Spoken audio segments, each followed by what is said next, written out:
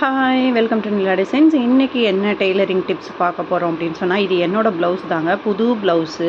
ஆனால் நான் வந்து வியர் பண்ணவே இல்லை. ரீசன் என்ன அப்படின்னு சொன்னால், இந்த ப்ளவுஸ் பார்த்தீங்கன்னாவே உங்களுக்கு தெரியும் எவ்வளோ புதுசாக இருக்குதுன்னு சொல்லிட்டு. இது வந்து கொஞ்சம் டிரான்ஸ்பரண்ட்டான மெட்டீரியல்ன்றதுனால உள்ளே கொடுத்த லைனிங் வந்து நான் என்ன கொடுத்து தைச்சிருந்தேன் அப்படின்னு சொன்னால், 2x2 கிளாத் இருக்குது இல்லையா, ப்ளவுஸ் பிட், அது கொடுத்து தான் தைச்சிருந்தேன். பட் என்ன ஆச்சு அப்படின்னு சொன்னால், நம்ம போடும்போது நெக்கு ஃப்ரண்ட் சைடில் இருக்கிற மெயின் பார்ட் வந்து லைனிங்கை விட விலகி வந்துருச்சு. நான் 1/4 இன்ச்சு தையல் கொடுத்துருந்தேன் பாருங்கள். 1/4 இன்ச்சு தையல் கொடுக்கும்போது அது என்ன ஆச்சு அப்படின்னா, நம்ம ஃபினிஷ் பண்ணி முடித்து வியர் பண்ணும்போது என்ன ஆகுது, இந்த பார்ட், இந்த ஃப்ரண்ட் சைடு, அதாவது நெக்கு இதுதான் வந்து உங்களுக்கு ஃப்ரண்ட் சைடு அப்படின்னு சொன்னால், ஃப்ரண்ட் நெக்கு பார்ட்டில் வந்து அது விலகி வந்துச்சு.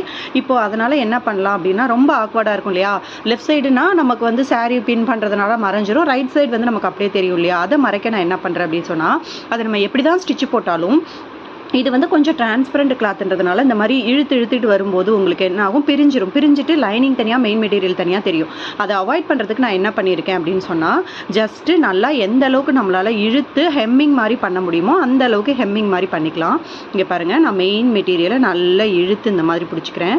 சேர்த்து மெயின் உள்ளே இருக்க லைனிங் ரெண்டையும் சேர்த்து அந்த 1/4 இன்ச்சு டிஸ்டன்ஸு சொன்னோம் இல்லையா, அந்த 1/4 இன்ச்சு டிஸ்டன்ஸுக்கு நீங்கள் வந்து த்ரெட்டு வந்து அதே கலர் எடுத்துக்கோங்க. எனக்கு இந்த பேபி பிங்க்கு கிடையில, அதனால் நான் நல்ல டார்க் பிங்க் எடுத்திருக்கேன்.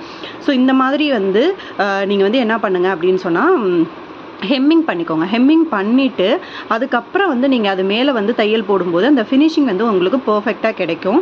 ஸோ இப்போ பார்த்தீங்க அப்படின்னு சொன்னால், நான் வந்து பார்த்திங்கன்னா லைட்டாக அந்த எட்ஜஸில் மட்டும் ஹெம்மிங் பண்ணி விட்டுருக்கேன். இப்போ இந்த ப்ளவுஸை ஃபினிஷ் பண்ணிவிட்டு காமிக்கிறேன்.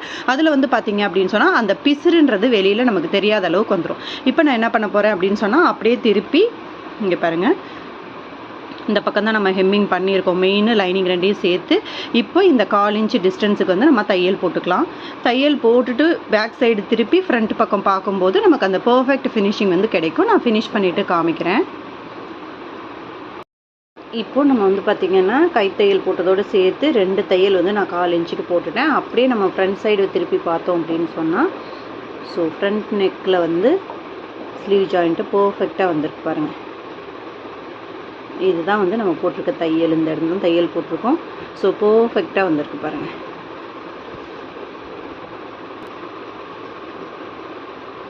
ஸோ இந்த மாதிரி டிரான்ஸ்பரண்ட் கிளாத் வச்சுருக்கும் போது நமக்கு ஏதாவது ப்ராப்ளம் வந்துச்சுன்னா இந்த மாதிரி கைத்தையல் போட்டு நீங்கள் சரி பண்ணிக்கோங்க.